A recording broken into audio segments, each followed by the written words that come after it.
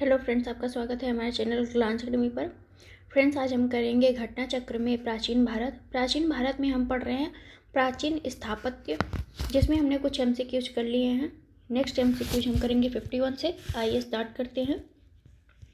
Black pagoda कहाँ है? मदुरै, खजुराहो, कोणार्क, इनमें से कोई नहीं। तो ये आपका कोणार्क में स्थित है। कोणार्क कहाँ है? आपका उड़ीसा के पुरी में है। निम्नलिखित में से कौन सा सूर्य मंदिर है? लिंगराज मंदिर, कोणार्क मंदिर, राजरानी मंदिर, जगन्नाथ मंदिर। तो ये आपका कोणार्क का सूर्य मंदिर स्थित है उड़ीसा के पुरी में। मोढेरा का सूर्य मंदिर किस राज्य में स्थित है? तो ये आपका गुजरात राज्य में स्थित है। मोढेरा का सूर्य मंदिर गुजरात में स्थित है। इसका निर्माण सोलंकी वंश के सोलंकी वंश के राजा भीमदेव प्रथम ने करवाया था। निम्नलिखित में से सूर्य मंदिरों में से कौन सा पाटन गुजरात में स्थित है? तो ये आपका मोढेरा का सूर्य मंदिर है। लिंगराज मंदिर अवस्थित है कहाँ? तो ये भुवनेश्वर स्थित है, उड़ीसा के भुवनेश्वर में स्थित है। लिंगराज मंदिर उड़ीसा के भुवनेश्वर में स्थित है। इस मंदिर की शैली जो है नागर है। नागर शैली का सर्वोत्तम मंदिर है ये लिंगराज मंदिर। इसका सबसे आकर्षक भाग है इसका शिखर, जिसकी ऊंचाई जो है 180 फीट है। उड़ीसा में नष्ट होने से बचे निम्नलिखित मंदिरों में सर्वाधिक बड़ा और सबसे ऊंचा मंदिर कौन है? तो ये आपका लिंगराज मंदिर है। उड़ीसा के नष्ट होने से बचे मंदिरों में सर्वाधिक बड़ा मंदिर और सबसे ऊंचा मंदिर कौन है? लिंगराज मंदिर है, जो 180 फीट ऊंचा है। और इसमें जो है इसके शिखर पर आमलक तथा कलश और इसके जगमोहन की छत जो है इसकी कैसी है? तो पिरामिड के आकार की है। लिंगराज मंदिर जो है शुद्ध नागर शैली में बना हुआ है। जगन्नाथ मंदिर किस राज्य में है? तो ये आपका उड़ीसा में स्थित है। जगन्नाथ मंदिर उड़ीसा राज्य के पुरी जिले में स्थित है। इसी राज्य में प्रसिद्ध लिंगराज मंदिर तथा कोणार्क का सूर्य मंदिर भी है। ये सभी मंदिर जो है आपके नागर शैली में बने हैं। इंपॉर्टेंट है ये बात। भुवनेश्वर तथा पुरी के मंदिर किस शैली में स्थित है? तो आपके नागर शैली से बने हुए हैं। जगन्नाथपुरी मंदिर के गर्भगृह में भगवान जगन्नाथ, सुभद्रा एवं बलभद्र की मूर्तियां बनी हैं। तो ये किसकी बनी है? तो ये लकड़ी की मूर्तियां बनी हैं। जगन्नाथपुरी मंदिर के गर्भगृह में भगवान जगन्नाथ, बलभद्र और सुभद्रा की मूर्तियां काष्ठ निर्मित या लकड़ी की बनी हैं। ऐसी मान्यता है कि इन मूर्तियों का निर्माण जो है भगवान विष्णु द्वारा बढ़ई के रूप में किया गया था। अंकोर वाट का विष्णु मंदिर कहाँ स्थित है? तो यह कंबोडिया में स्थित है। अंकोर वाट मंदिर समूह का निर्माण जो है वर्तमान कंबोडिया के शासक सूर्यवर्मन द्वितीय द्वारा 12वीं शताब्दी के प्रारंभ में अपनी राजधानी यशोधरापुर अंककोर में कराया गया था। विष्णु को समर्पित द्रविड़ शैली का यह मंदिर विश्व का सबसे बड़ा हिंदू मंदिर समूह है।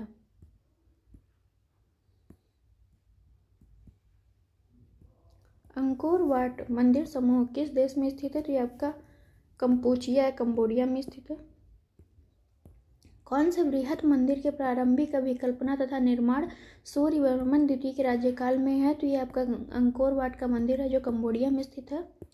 बोरोबुदुर स्तूप कहाँ स्थित है? तो ये आपके इंडोनेशिया के जावा में स्थित है। बोरोबुदुर का प्रख्यात स्तूप जो है इंडोनेशिया के जावा द्वीप पर स्थित है।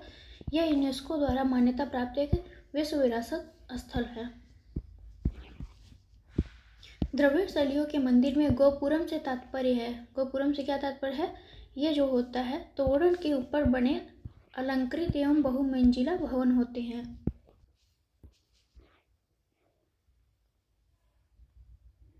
आगे देखते हैं। पांड्यों के राज्यकाल में द्रविड़ शैली पनपती रही। पांड्य काल में मंदिर छोटे होते थे, किंतु प्रांगण के चारों ओर उनके प्राचीर बनाए जाते थे। ये प्राचीर सामान्य होते थे, किंतु इनके प्रवेश द्वार, जिन्हें हम प्रवेश द्वार को क्या कहते हैं? गोपुरम कहते हैं। ये इंपॉर्टेंट है। भव्य एवं विशाल प्रचुर मात्रा में शिल्पकारिता से अलंकृत होते थे। पांड्यकालीन वास्तुकला की विशेषता मंदिर नहीं अपितु गोपुरम है। चट्टानों को काटकर महाबलीपुरम मंदिर का किसके द्वारा बनवाया गया था? पल्लव चोल। तो आपके पल्लव शासकों द्वारा ही बनवाया गया था।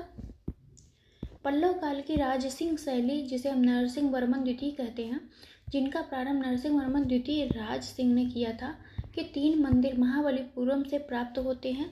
पहला है आपका सौर मंदिर, जिसे हम तटीय शिव मंदिर कहते हैं, ईश्वर मंदिर और मुकुंद मंदिर। सौर मंदिर इस शैली का प्रथम उदाहरण है।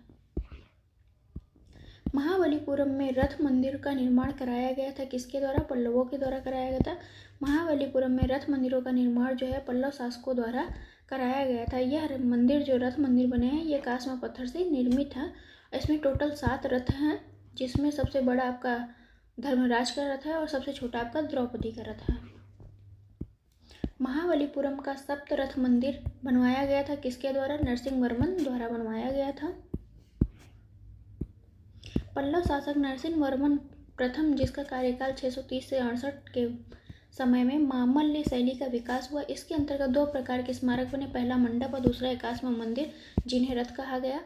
मामल्लपुरम महाबलीपुरम में इस शैली के सभी स्मारक स्थित हैं। सप्तरथ मंदिर जो है नरसिंहवर्मन प्रथम द्वारा बनवाया गया था। इन रथों को सप्त पैगोड़ा कहा जाता है।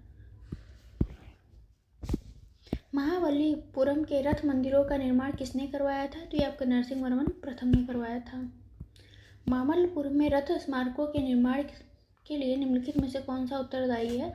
तो पल्लव शासक उत्तरदायी है इसके लिए। निम्नलिखित में से कौन सा रथ सबसे छोटा है? तो ये आपका द्रौपदी का रथ जो है सबसे छोटा है। धर्मराज का रथ सबसे बड़ा है। सबसे बड़ा कौन है? धर्मराज का, और सबसे छोटा द्रौपदी का। पल्लवकालीन मामल्य शैली में बने रथों या एकाश्म मंदिरों में द्रौपदी का रथ सबसे छोटा, इसमें किसी भी प्रकार का अलंकरण नहीं किया गया है। यह सिंह एवं हाथी जैसे पशुओं के आधार पर टिका हुआ है। धर्मराज रथ का मंदिर जो है सबसे बड़ा है। निम्न मंदिरों को कालक्रम व्यवस्थित करना है। देखते हैं, बृहदेश्वर मंदिर, गंगईकोंड चोलपुरम मंदिर और महाबलीपुरम मंदिर सप्त पैगोड़ा। तो यह है ऑप्शन आपका डी ऑप्शन सही है। देखते हैं यहाँ से, कालक्रम के अनुसार मंदिरों का निर्माण सप्त पैगोड़ा सबसे पहले आपका मामल्य शैली में 640 से लेकर 674 ईस्वी में होता है। महाबलीपुरम का तटीय मंदिर जो राजसिंह शैली में होता है वो कब से? 674 से लेकर 800 ईस्वी में होता है। बृहदेश्वर का मंदिर राजराज प्रथम के समय तथा गंगईकोंड चोलपुरम का मंदिर आपका राजेंद्र प्रथम के समय हुआ है। सूची फर्स्ट को सूची सेकंड से सुमेलित करना है। देखते हैं, स्थान और स्मारक दिए हुए हैं। तो ये है आपका एलिफेंटा गुफा, किससे संबंधित है? तो एलिफेंटा की एक गुफा है। श्रवण बेलगोला क्या है आपका? तो ये एक मूर्ति बनी हुई है श्रवण बेलगोला, कर्नाटक में। खजुराहो जो है आपका किससे संबंधित है? तो ये आपका मंदिर है। सांची का जो है एक स्तूप है। इस तरह से ऑप्शन आपका बी सही है। एलिफेंटा की गुफा महाराष्ट्र में स्थित है। यह 5वीं 6वीं 7वीं ईस्वी की गुफाएं हैं। श्रवण बेलगोला जो है आपका कर्नाटक में स्थित है। गोमतेश्वर की प्रसिद्ध मूर्ति का निर्माण चामुंड राय ने करवाया था। यह जैनों से संबंधित है। खजुराहो मंदिर जो है एमपी में है, ये चंदेल शासकों द्वारा निर्मित कराए गए थे। सांची का स्तूप का निर्माण जो है अशोक ने करवाया था, जो एमपी में स्थित है। सूची फर्स्ट को सूची सेकंड से सुमेलित करना है। देखते हैं, ऐतिहासिक स्थल और राज्य दिए हुए हैं। तो भीमबेटका जो है आपका मध्य प्रदेश में है। सोर टेम्पल आपका तमिलनाडु में, और हम्पी जो है आपका कर्नाटक में है। मानस जो है आपका असम में है। इस तरह से ऑप्शन आपका बी सही है। किस निम्नांकित में से जोड़ों में से कौन सा किसका सुमेल है, यही देखना है। तो आइए हम यहाँ से देखते हैं। एलोरा जो है आधुनिक महाराष्ट्र के औरंगाबाद में स्थित है। यह शैलकृत गुफा मंदिरों के लिए प्रसिद्ध है। यहाँ गुफाएं जो है विभिन्न कालों में बनी है, किंतु शकों से इसका कोई संबंध नहीं है। मीनाक्षी मंदिर जो है पांडवों द्वारा तथा महाबलीपुरम मंदिर जो है पल्लव शासकों द्वारा निर्मित है। खजुराहो मंदिर जो है चंदेलों द्वारा निर्मित है। अतः प्रश्नगत विकल्पों में केवल विकल्प आपका सी सही सुमेलित है। तो सी क्या है एक बार देख सकते हैं यहाँ पे। सी वहाँ खजुराहो जो है चंदेल शासकों द्वारा बनवाए गए हैं। क्वेश्चन नंबर है 75। बैजनाथ आपका किससे संबंधित है? तो बैजनाथ जो है शिव मंदिर है। और सारनाथ आपका बुद्ध का शांति का प्रथम प्रवचन स्थल था। दिलवाड़ा आपका जैनों से संबंधित है। और बद्रीनाथ आपका जो है विष्णु मंदिर है। इस तरह से ऑप्शन ए सही है आपका। सारनाथ वाराणसी में महात्मा बुद्ध ने सर्वप्रथम 5 शिष्यों को उपदेश दिया। इस घटना को बौद्ध साहित्य में धर्म चक्र प्रवर्तन कहा जाता है। आबू राजस्थान के दिलवाड़ा जैन मंदिर अपनी नक्काशी एवं सुंदर मीनाकारी के लिए प्रसिद्ध है। बद्रिकाश्रम या बद्रीनाथ में शंकराचार्य ने चतुर्भुजी विष्णु प्रतिमा की स्थापना करके ज्योतिर्मठ की स्थापना की थी। बैजनाथ धाम में भगवान शंकर का मंदिर है। सूर्य मंदिर कहाँ है? तो ये आपका कोणार्क में है। लिंगराज मंदिर जो है आपका भुवनेश्वर में है। हवा महल आपका जयपुर में है। गोमतेश्वर की प्रतिमा आपका कर्नाटक में है। इस तरह से ऑप्शन आपका ए सही है। क्वेश्चन नंबर है 77। सूर्य मंदिरों के लिए विख्यात है। कौन सा विख्यात है देखते हैं। अरसवल्ली, अमरकंटक, ओंकारेश्वर। सही उत्तर का चयन करना है। तो ये आपका केवल एक है, एक ही सही है। यहाँ से देख लेते हैं। असरवल्ली मंदिर भारत के आंध्र प्रदेश के असरवल्ली गांव में स्थित 7वीं शताब्दी का एक प्रमुख सूर्य मंदिर है। यह माना जाता है कि यह मंदिर कलिंग राजवंश के शासक देवेंद्र वर्मा द्वारा करवाया गया था। ओंकारेश्वर मंदिर का जो है यह एमपी के खंडवा जनपद में है। यह नर्मदा नदी के बीच मांधाता एवं या शिवपुरी नामक द्वीप पर स्थित है। यह भगवान शिव के 12 ज्योतिर्लिंगों में से एक है। अमरकंटक नर्मदा, सोन और जोहिला नदी का उद्गम स्थान है। यह मध्य प्रदेश के अनूपपुर जिले में स्थित है। यह हिंदुओं का पवित्र स्थल है। ज्वालेश्वर महादेव मंदिर अमरकंटक से 8 किलोमीटर दूर सहडोल रोड पर स्थित है। यह खूबसूरत भगवान शिव को समर्पित मंदिर है। क्वेश्चन नंबर 78 है। नालंदा विश्वविद्यालय है आपका। सारनाथ जो है आपका किससे संबंधित है? सारनाथ में स्तूप है। सांची जो है अशोक ने बनवाया था। कोणार्क का जो होता है वो सूर्य मंदिर होता है। इस तरह से ऑप्शन बी सही है। क्वेश्चन नंबर है 79। प्राचीन नगर तक्षशिला निम्नलिखित में से किनके बीच स्थित था? सिंधु तथा झेलम, झेलम तथा चिनाब, चिनाब तथा रावी और रावी तथा ब्यास। तो ये आपका सिंधु तथा झेलम के बीच स्थित था तक्षशिला। तक्षशिला वर्तमान पेशावर या जम्मू कश्मीर के आसपास का एरिया है। तक्षशिला सिंधु एवं झेलम नदियों के मध्य क्षेत्र था। तक्षशिला के इतिहास में प्रसिद्धि का कारण उसकी ख्याति प्राप्त शिक्षा केंद्र होना। तो तक्षशिला में क्या था? शिक्षा का केंद्र था।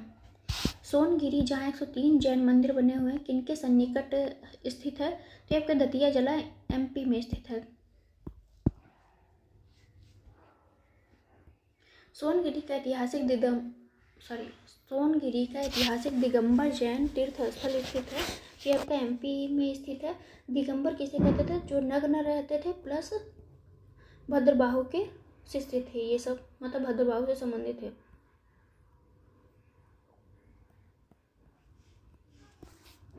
दिलवाड़ा का जैन मंदिर स्थित है। तो ये आपका माउंट आबू पर्वत राजस्थान में स्थित है।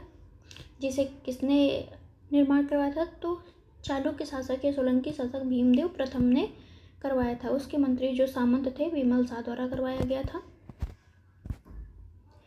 दिलवाड़ा जैन मंदिर स्थित है। तो ये आपका माउंट आबू में अरावली पर्वत पर स्थित है। दिलवाड़ा जैन मंदिर कहाँ स्थित है? तो आपका राजस्थान में स्थित है।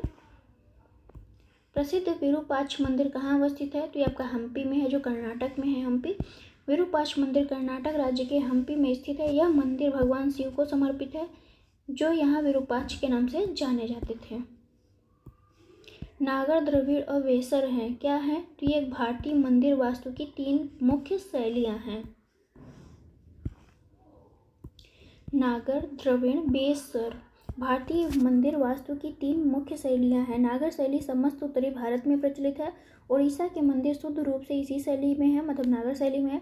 द्रविड़ शैली का प्रसार आपका दक्षिण भारत के विशेषकर कृष्णा और कन्याकुमारी अंतरीप या जिसे हम कन्याकुमारी कहते हैं के मध्य तमिलनाडु में था। वेसर शैली का विकास नागर एवं द्रविड़ शैलियों के मिश्रण से हुआ है। कन्नड़ प्रदेश के अंतिम चालुक्य शासकों के द्वारा प्रयुक्त होने के कारण इस शैली को चालुक्य शैली भी कहा जाता है। भारत के सांस्कृतिक इतिहास के संदर्भ में पंचायत शब्द किससे संबंधित? पंचायतन। तो ये जो है मंदिर रचना शैली है पंचायतन। प्रसिद्ध नैमिषारण्य तीर्थ निम्न जनपदों में से किस एक में उपस्थित है? तो यह आपका सीतापुर में स्थित है नैमिषारण्य मंदिर। भारत की कला संस्कृति के संदर्भ में युग्मों पर विचार करने में देखते हैं कौन कहाँ है। बुद्ध के महापरिनिर्वाण की एक भव्य प्रतिमा जिसमें ऊपर की ओर अनेक दैवी संगीतज्ञ तथा नीचे की ओर उनके दुख अनुयायी दर्शाए गए हैं। तो ये आपका कहाँ है, तो जनता में है। प्रस्तर पर उत्कीर्ण विष्णु के वराह अवतार विशाल की प्रतिमा, मतलब वराह अवतार की विशाल प्रतिमा जिसमें वह देवी पृथ्वी को गहरे विक्षुब्ध सागर से उबारते हुए दर्शाए गए हैं। तो ये आपका माउंट आबू से संबंधित नहीं है। माउंट आबू में क्या है, जैनों का मंदिर है।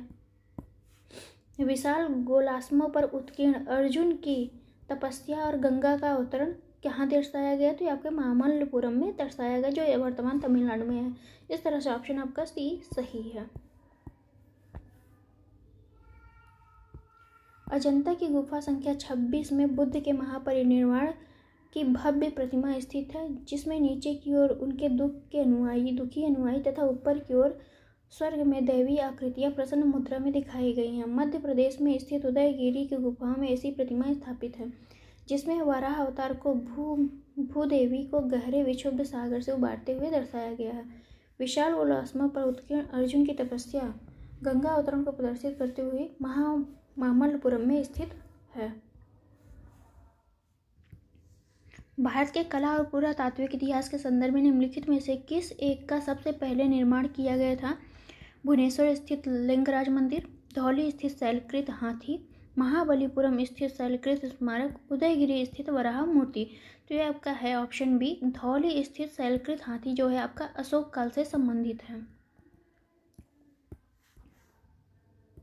भुवनेश्वर स्थित लिंगराज मंदिर नागर शैली में बना है। लिंगराज मंदिर भुवनेश्वर का मुख्य मंदिर 7वीं शताब्दी में ललाटे केसरी ने बनवाया था, जबकि इसके वर्तमान स्वरूप का निर्माण जो है जजाति केसरी ने 11वीं शताब्दी में करवाया। धौली स्थित शैलकृत हाथी जो है आपका का निर्माण 3री शताब्दी ईसा पूर्व मौर्य सम्राट अशोक के समय में हुआ था। महाबलीपुरम स्थित शैलकृत स्मारक का निर्माण जो है पल्लवों के शासनकाल में 7वीं शताब्दी में हुआ, जबकि उदयगिरी स्थित वराह मूर्ति का निर्माण आपका गुप्त काल में हुआ था। इस तरह से हमारा अब नेक्स्ट चैप्टर शुरू हो रहा है। दक्षिण भारत में चोल, चालुक्य, पल्लव एवं संगम युग। आइए स्टार्ट करते हैं। अब हम पढ़ेंगे चोल, पल्लव और आपके चालुक्य, संगम। संगमकालीन साहित्य में कौन को मनन शब्द राजा के लिए प्रयुक्त होते थे। तो राजा के लिए कौन कौन से शब्द प्रयुक्त होते थे, ये तीनों शब्द आपके प्रयुक्त होते थे। संगम या संगम प्राचीन तमिल शब्द है, जिसे सामान्यतः गोष्ठी परिषद के अर्थ में प्रयुक्त किया गया है। तो संगम किसके लिए प्रयोग हुआ है, तो गोष्ठी परिषद के लिए। इस रूप में संगम तमिल कवियों एवं विद्वानों की परिषदें थी। ये परिषदें किसकी थी, जिसमें कवि और विद्वान भाग लेते थे। इन संगमों में जो है कवियों द्वारा रचा गया संगम साहित्य है, जिसे हम क्या कहते हैं, संगम साहित्य है। इन्हीं जो है संगमों में या परिषदों में रचा गया साहित्य है, उसे हम क्या कहते हैं, संगम साहित्य कहते हैं। संगम साहित्य तमिल साहित्य का सबसे प्राचीन उपलब्ध अंश है। संगम युग में दक्षिण भारत में पांड्य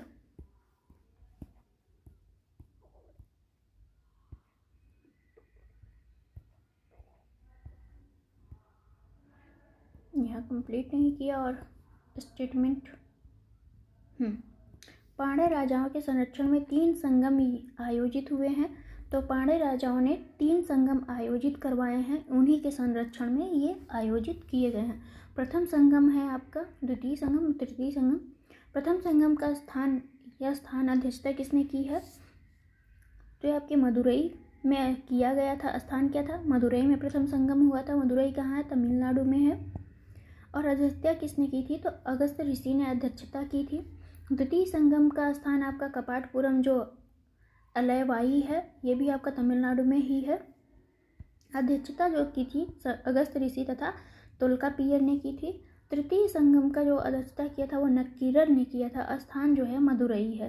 तो इस तरह से तीनों ही तमिलनाडु में ही हुई हैं, लेकिन फर्स्ट और थर्ड जो है मदुरई में हुई है और सेकंड आपका कपाटपुरम में हुई है। पहले और दूसरे संगम की जो अध्यक्षता है वो किसने की है, तो अगस्त ऋषि ने की है, जबकि तीसरे संगम की अध्यक्षता आपके नक्कीरर ने की है। याद रखने वाली बात है, याद रखिएगा ये। दक्षिण भारत के आर्याकरण का श्रेय जो है महर्षि अगस्त्य को दिया जाता है। इन्हें तमिल साहित्य के जनक के रूप में भी जाना जाता है। तो तमिल साहित्य के जनक कौन है, अगस्त्य ऋषि हैं। तोल्काप्पियम द्वितीय संगम का एकमात्र अवशिष्ट ही नहीं प्रत्युत अद्यतन या अपडेट उपलब्ध तमिल साहित्य का प्राचीनतम ग्रंथ है। तोल्काप्पियम क्या है, ये प्राचीनतम ग्रंथ है। इसके प्रणेता या प्रणयनकर्ता कौन थे, तो तोल्काप्पियर थे। तो तोल्काप्पियम से आप तोल्काप्पियर याद रख सकते हैं। ये लेखक हैं और ये उनकी रचना है तोल्काप्पियम। ऋषि अगस्त्य के 12 योग्य शिष्यों में से ये एक थे तोल्काप्पियर। तो ये तोल्काप्पियर के गुरु कौन थे, तो अगस्त्य ऋषि थे। ऐसे याद कर सकते हैं। यह एक व्याकरण ग्रंथ है। तो तोल्काप्पियर क्या है आपकी, तोल्काप्पियम एक व्याकरण ग्रंथ है। इसकी रचना सूत्र शैली में की गई है। व्याकरण के साथ साथ यह काव्य शास्त्र का भी उच्च कोटि का ग्रंथ है। अब हम देखते हैं शिल्पाधिकारम के बारे में। शिल्पाधिकारम का लेखक जो है इलांगो आदिगल है। शिल्पाधिकारम का लेखक कौन है, ये क्वेश्चन पूछा जाता है, तो ये आपके लिए इम्पोर्टेंट है, याद रखिएगा। शिल्पाधिकारम की रचना किसने की है, इलांगो आदिगल ने की है। यह संगम साहित्य का महत्वपूर्ण महाकाव्य है। तो शिल्पाधिकारम आपका महाकाव्य है। इसके लेखक जो है चोल नरेश कारिकल का पौत्र था। तो चोल नरेश जो कारिकल था उसका पौत्र था इलांगो आदिगल। इस ग्रंथ में पुहार या कावेरीपट्टनम के एक धनाढ़ व्यापारी के पुत्र कोवलन एवं उसकी अति सुंदर किंतु दुर्भाग्यशालिनी पत्नी कनग्गी से संबंधित दुखद एवं मार्मिक कथा का वर्णन किया गया। तो शिल्पाधिकारम में किसका वर्णन है, कोवलन और कनग्गी का वर्णन किया गया है। तो ये किससे संबंधित है, शिल्पाधिकारम आपका एक महाकाव्य है। इसको किसने लिखा, तो इलांगो आदिगल ने लिखा है। और ये किससे संबंधित है, तो कनग्गी है, कनग्गी उसकी पत्नी है और कोवलन जो है उसका पति है। तो इन दोनों के बारे में बात की गई है। इसमें क्या करता है, कोवलन जो है दूसरी स्त्री से प्रेम करने लगता है, तो कनग्गी उसमें प्रॉब्लम होती है उसे। यही आपकी कहानी है प्रेम कथा टाइप में। आगे देखते हैं। तिरुकुरल तमिल भाषा में रचित काव्य रचना है। तो तिरुकुरल जो है क्या है, काव्य रचना है जिसमें नीति शास्त्र की बात की गई है। तो तिरुकुरल में क्या किसकी बात की गई, नीति शास्त्र की बात की गई है। इसके रचयिता जो है तिरुवल्लुवर हैं। कौन है तिरुकुरल के रचनाकार, तो ये है तिरुवल्लुवर। याद रखने वाली बात है,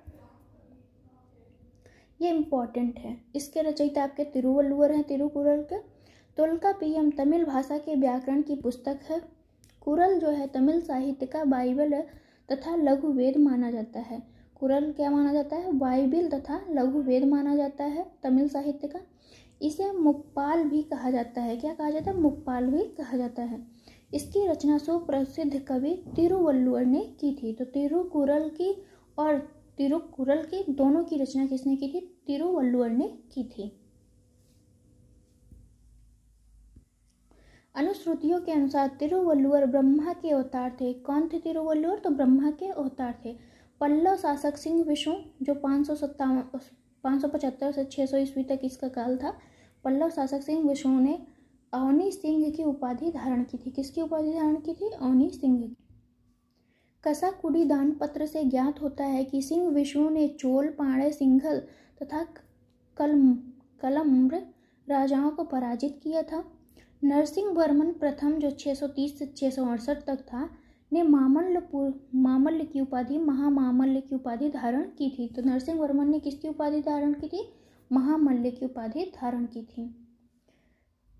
परमेश्वरन वर्मन प्रथम जो था वो उसे क्या कहते हैं, परमेश्वरम प्रथम ने लोकादित्य, एक मल्ल, रणंजय, अत्यंत काम, उग्रदंड और गुणभाजन आदि की उपाधियां धारण की। तो इतनी सारी उपाधियां किसने धारण की, परमेश्वरम वर्मन ने, प्रथम है जो। महेंद्र वर्मन प्रथम आता है। उसके बाद 600 से लेकर 630 तक उसका शासनकाल रहता है। इसका बस एक इम्पॉर्टेंट ये है कि इसने मत विलास प्रहसन की रचना की है। किसने की है, तो महेंद्र वर्मन प्रथम ने मत विलास प्रहसन की रचना की है। ये हास्य ग्रंथ की रचना है। बस महेंद्र वर्मन के बारे में आपको इतना ही पता हो बहुत है। आगे देखते हैं। संगम साहित्य केवल चोल चेर पांड्य राजाओं के उद्भव और विकास का विवरण प्राप्त होता था। संगम साहित्य में केवल किसका प्राप्त होता है विवरण? तो चोल का, चेर का और पांड्य का। चोल स्थापत्य के उत्कृष्ट नमूने तंजौर के शैव मंदिर हैं, जो राजराजेश्वर या बृहदेश्वर के नाम से प्रसिद्ध हैं। इसका निर्माण कौन करवाया था? तो राजराज प्रथम ने इसका निर्माण करवाया था। राजराजेश्वर मंदिर या बृहदेश्वर मंदिर या हम शैव मंदिर तंजौर में स्थित है, ऐसे कह सकते हैं। वर्तमान के मंदिरों में सबसे बड़ा तथा यह लंबा मंदिर द्रविड़ शैली का सर्वोत्तम नमूना माना जा सकता है। इस मंदिर के बहिर्भाग में नंदी के कास में विशाल मूर्ति बनी हुई है, जिसे भारत की विशालतम नंदी मूर्ति माना जाता है। तो ये इंपॉर्टेंट पॉइंट हो जाता है कि सबसे विशाल नंदी की मूर्ति कहाँ बनी है? तो ये आपके राजराजेश्वर या बृहदेश्वर मंदिर में स्थित है, बाहर वाले भाग में। कृष्णा एवं तथा तुंगभद्रा नदियों से लेकर कन्याकुमारी, यहाँ कुमारी अंतरिक्ष को हम कन्याकुमारी कहते हैं।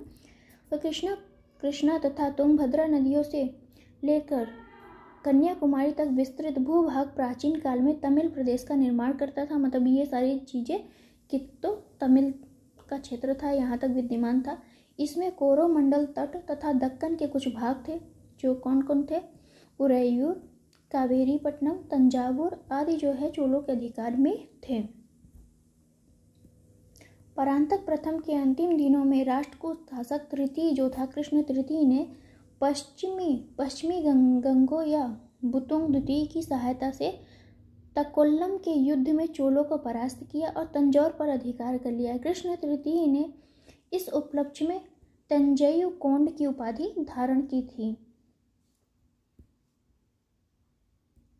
चोलों की राजधानी क्या थी? तंजौर थी। चोलों ने अपनी राजधानी कहाँ बनाई थी? तंजौर बनाई थी। इसके अतिरिक्त गंगई कोंड चोलपुरम भी चोलों की राजधानी थी। तो चोलों की 2 राजधानी थी, गंगई कोंड चोलपुरम और तंजौर। संगम काल में चोलों की राजधानी उरैयूर थी। द्रविड़ देश में चोल आधिपत्य की स्थापना वस्तुतः परांतक प्रथम ने की थी। द्रविड़ देश में चोल आधिपत्य की स्थापना किसने की थी? तो परांतक प्रथम ने की थी। उसने मदुरा के पांड्य राजा राज सिंह द्वितीय को हराकर मदुरै कोंड की उपाधि धारण की। राजराज प्रथम ने सर्वप्रथम चेर राज्य को, जो केरल में था, कंडलूर में परास्त किया। राजराज प्रथम ने उसके पुत्र राजराज प्रथम एवं उसके पुत्र, तो राजराज का प्रथम पुत्र मतलब राजराज का पुत्र कौन था? राजेंद्र प्रथम ने दक्षिण पूर्वी एशिया के शैलेंद्र साम्राज्य के विरुद्ध सैन्य की चढ़ाई की तथा कुछ क्षेत्रों को जीत भी लिया था। तो राजेंद्र प्रथम ने क्या किया था? लड़ाई की थी, मतलब सैन्य लड़ाई की थी, जिसमें कुछ क्षेत्रों को उसने जीत लिया। ये कहाँ का साम्राज्य था? तो ये आपका दक्षिण पूर्वी एशिया का साम्राज्य था। इंडोनेशिया, सिंगापुर, ये सारे एरिया थे यहाँ पे। आगे देखते हैं। चोल शासक राजराज प्रथम ने सिंघल या श्रीलंका पर आक्रमण करके उत्तरी सिंघल को जीत कर अपने राज्य में मिला लिया। तो श्रीलंका को क्या कहते थे उस टाइम पे? सिंघल कहते थे। और सिंघल किसने जीता था? उत्तरी सिंघल को तो राजराज प्रथम ने जीता था। विजित क्षेत्रों में राजराज ने अनुराधापुर को नष्ट कर पोल्लोनुरूर को इस क्षेत्र की राजधानी बनाया और उसका नाम क्या रखा? जननाथ मंगलम रखा था। श्रीलंका को इसने, उत्तरी श्रीलंका को जीता था राजराज प्रथम ने, और जब इसका बेटा आएगा राजेंद्र प्रथम आएगा तो पूरी तरीके से श्रीलंका को जीत लेगा। राजराज प्रथम की मृत्यु के बाद उसका योग्यतम पुत्र राजेंद्र प्रथम सम्राट बना। उसने अपने पिता की साम्राज्यवादी नीति को आगे बढ़ाया। राजेंद्र प्रथम का काल जो था चोल शक्ति का चरमोत्कर्ष का काल था। राजेंद्र प्रथम के बारे में कहा जाता है कि उसने बंगाल की खाड़ी को चोल झील का स्वरूप प्रदान कर दिया। मतलब बंगाल की खाड़ी को किस नाम से जाना जाने लगा? चोल झील के नाम से जाना जाने लगा। उसने संपूर्ण सिंघल द्वीपीय श्रीलंका को जीत लिया। तो इसका पिता जो है उत्तरी श्रीलंका को जीता था, और जब ये आता है तो ये पूरी तरीके से श्रीलंका को जीत लेता, जिसे हम उस टाइम पे क्या कहते थे? सिंघल द्वीप कहते थे। वह सिंघल राजा महेंद्र पंचम को बंदी बनाकर चोल राज्य में लाया और उसने पवित्र गंगा जल लाने के उद्देश्य से उत्तर पूर्वी भारत पर आक्रमण किया। अब ये कहाँ आक्रमण कर रहा है? तो गंगा घाटी में आक्रमण कर रहा है, जहाँ का शासक क्या था? पाल शासक महिपाल को पराजित किया। इस विजय के उपलक्ष्य में उसने गंगईकोंड की उपाधि धारण की और गंगईकोंड चोलपुरम नामक नई राजधानी की स्थापना की। नवीन राजधानी के निकट ही उसने सिंचाई के लिए चोलगंगम नामक विशाल तालाब का भी निर्माण करवाया था। तो इसने किसका निर्माण कराया था सिंचाई के लिए? चोलगंगम नामक तालाब का निर्माण भी करवाया था। राजेंद्र प्रथम ने ये सभी काम किए थे। कुलोत्तुंग प्रथम के समय श्रीलंका के राजा कौन थे? विजय बाहु ने अपनी स्वतंत्रता घोषित की। जब कुलोत्तुंग प्रथम शासक बनता है तो श्रीलंका के राजा जो थे विजय बाहु ने स्वतंत्रता घोषित कर ली। किंतु कुलोत्तुंग प्रथम ने श्रीलंका में चोल प्रभाव की समाप्ति के प्रति किसी कटुता का प्रदर्शन नहीं किया। उसने अपनी पुत्री का विवाह जो है श्रीलंका के राजकुमार वीरेप्पल रुमाल के साथ कर दिया। चोल शासक कुलोत्तुंग प्रथम के शासनकाल में 1077 ईस्वी में 72 सौदागरों का एक चोल दूत मंडल चीन भेजा गया। कुलोत्तुंग प्रथम को चोल लेखों में सुंगम तवित अर्थात करों को हटाने वाला कहा गया है। तो कुलोत्तुंग प्रथम को क्या कहा गया है? करों को हटाने वाला या समाप्त करने वाला कहा गया है। चोल साम्राज्य का प्रशासन की सुविधा के लिए 6 प्रांतों में विभाजित किया गया था। प्रांत को जो है मंडल कहा जाता था। प्रांत को क्या कहा जाता था? चोल काल में मंडलम कहा जाता था। प्रांत का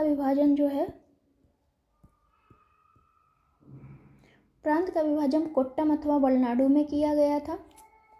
तो सबसे पहले आपका जो है मंडलम आता था, फिर उसके बाद कोट्टम या वलनाडु।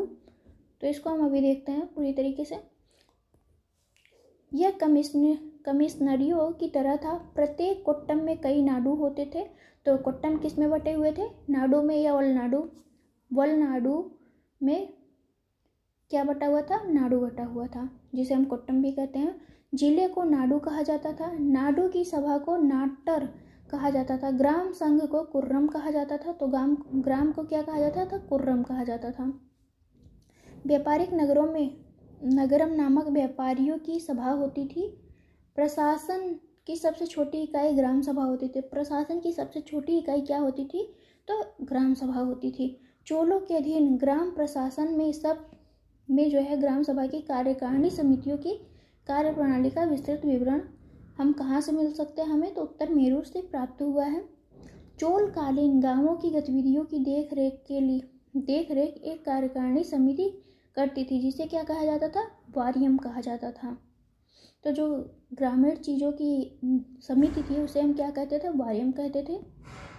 उद्यान प्रशासन का कार्य देखने वाले समिति को टोट्टवारियम कहा जाता था, जबकि संवत्सर वारियम जो है वार्षिक समिति होती थी। एरी वारियम जो है तालाब समिति होती थी। पूर्ण वारियम आपका श्रवण समिति होती थी। चोल काल में व्यापारियों तथा शिल्पियों की सभा को जो है श्रेणी अथवा पुग कहा जाता था। तो व्यापारियों और शिल्पियों की श्रेणी को क्या कहा जाता था? पुग कहा जाता था। चोल कलाकारों ने तक्षण कला में भी सफलता प्राप्त की। उन्होंने पत्थर तथा धातु की बहुसंख्यक मूर्तियों का निर्माण भी किया है। पाषाण मीन्स पत्थर की मूर्तियों से भी अधिक धातु या कांस्य की मूर्तियों का निर्माण हुआ है। तो सबसे ज़्यादा किसका निर्माण हुआ? कांस्य की मूर्तियों का निर्माण हुआ है, ना कि पत्थर की भी हुई लेकिन कम मात्रा में हुई है। सर्वाधिक सुंदर मूर्तियां नटराज शिव की हैं, जो बड़ी संख्या में मिली हैं। इन्हें शिव की श्रेष्ठतम प्रतिमा रचनाओं में शामिल किया जाता है। ये मूर्तियां प्रायः चतुर्भुज हैं। शिव की दक्षिणामूर्ति प्रतिमा उन्हें गुरु या शिक्षक के रूप में प्रदर्शित करती है। ये इम्पोर्टेंट है आपके लिए कि इन्हें जो है विश्व श्रेष्ठता प्रदान थी किसको? तो चोलों को। ये मूर्तियां जो प्राय चतुर्भुज में होती थी और शिव की दक्षिणामूर्ति प्रतिमा उन्हें गुरु के रूप में प्रदर्शित करती थी। इस रूप में शिव अपने भक्तों को सभी प्रकार का ज्ञान प्रदान करते हुए माने गए हैं। इस रूप में शिव की दक्षिण दिशा में मुख किए हुए प्रतिमा स्थापित की गई है। तो उनका मुख कहाँ है? किस साइड है? दक्षिण दिशा में स्थित है। चोल राजाओं ने एक विशाल संगठित सेना का निर्माण किया था। चोलों के पास अश्व, गज, पैदल सैनिकों के साथ साथ ही एक अत्यंत शक्तिशाली नौसेना भी थी। इसने नौसेना की सहायता से उन्होंने श्रीविजय, सिंघल, मालदीव आदि द्वीपों की विजय की थी। चोल काल के सम्राट प्रायः अपने जीवन काल में युवराज का चुनाव कर लेते थे, जो उसके बाद उसका उत्तराधिकारी बनता था। तो ये जब जीवित रहते थे तभी अपना उत्तराधिकारी नियुक्त कर देते थे। तगर प्राचीन भारत का एक महत्वपूर्ण व्यापारिक केंद्र था। यह कल्याण तथा वेंगी के मध्य स्थित था।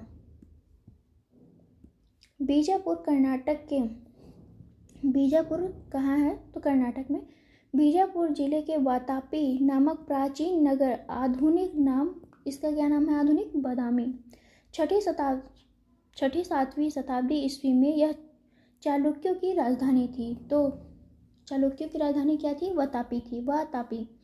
वातापी के चालुक्य राजवंश का वास्तविक संस्थापक कौन था? पुलकेशिन प्रथम था। पुलकेशिन प्रथम ने वातापी वंश की स्थापना की थी।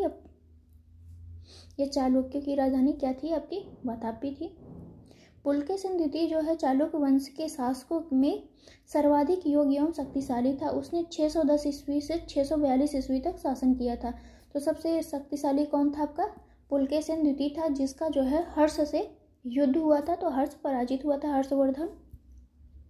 उसकी उपलब्धियों का विवरण हमें एहोल अभिलेख, जो उसका दरबारी कवि था रवि कीर्ति, उसने लिखा था, एहोल अभिलेख से प्राप्त होता है। लेख की रचना रवि कीर्ति ने की थी। तो रवि कीर्ति ने ही एहोल अभिलेख की रचना की थी।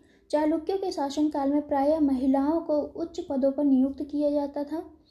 विजयादित्य प्रथम के भाई चंद्रादित्य की रानी विजय भट्टारिका ने अपने नाम से 2 ताम्रपत्र लिखवाए हैं। मातवालीन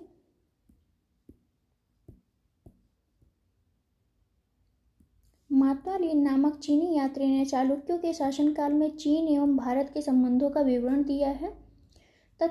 भारतीय काली मिर्च यूनानियों एवं रोमवासियों को बहुत प्रिय थी। भारतीय जो काली मिर्च थी वो यूनानी और रोमवासी बहुत उसे पसंद करते थे, इसलिए प्राचीन संस्कृत ग्रंथों में से यवन प्रिय बताया गया। तो काली मिर्च को क्या कहा जाता है? यवन प्रिय कहा जाता है।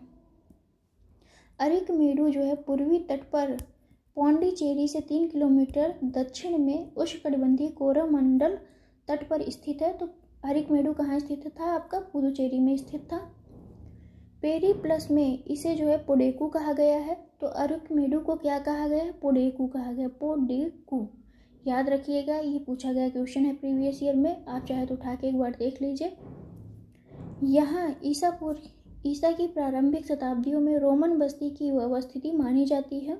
यहाँ से प्राप्त अवशेषों में कई रोमन वस्तुएं प्राप्त हुई है, जिनमें शराब के 2 हत्थे कलश, रोमन लैंप, रोमन ग्लास आदि प्रमुख हैं।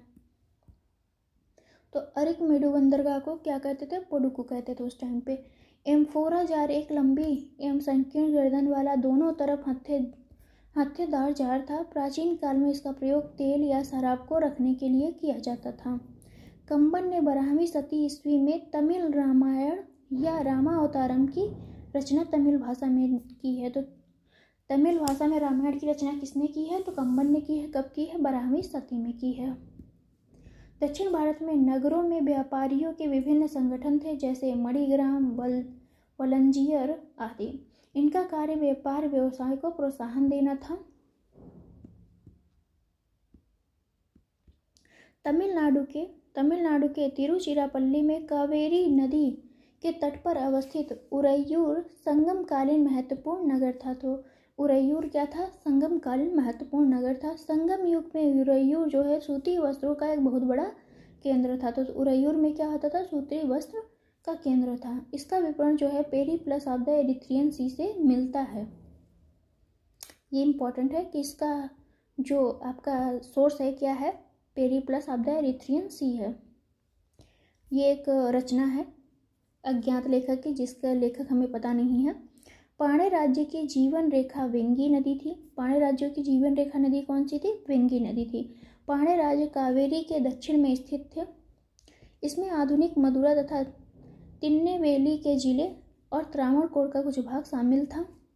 इसकी राजधानी मदुरा थी। तो पांड्यों की राजधानी क्या थी? मदुरा थी। वेंगी नदी वाला प्रदेश जो है अपनी उर्वरता के लिए अत्यधिक प्रसिद्ध था।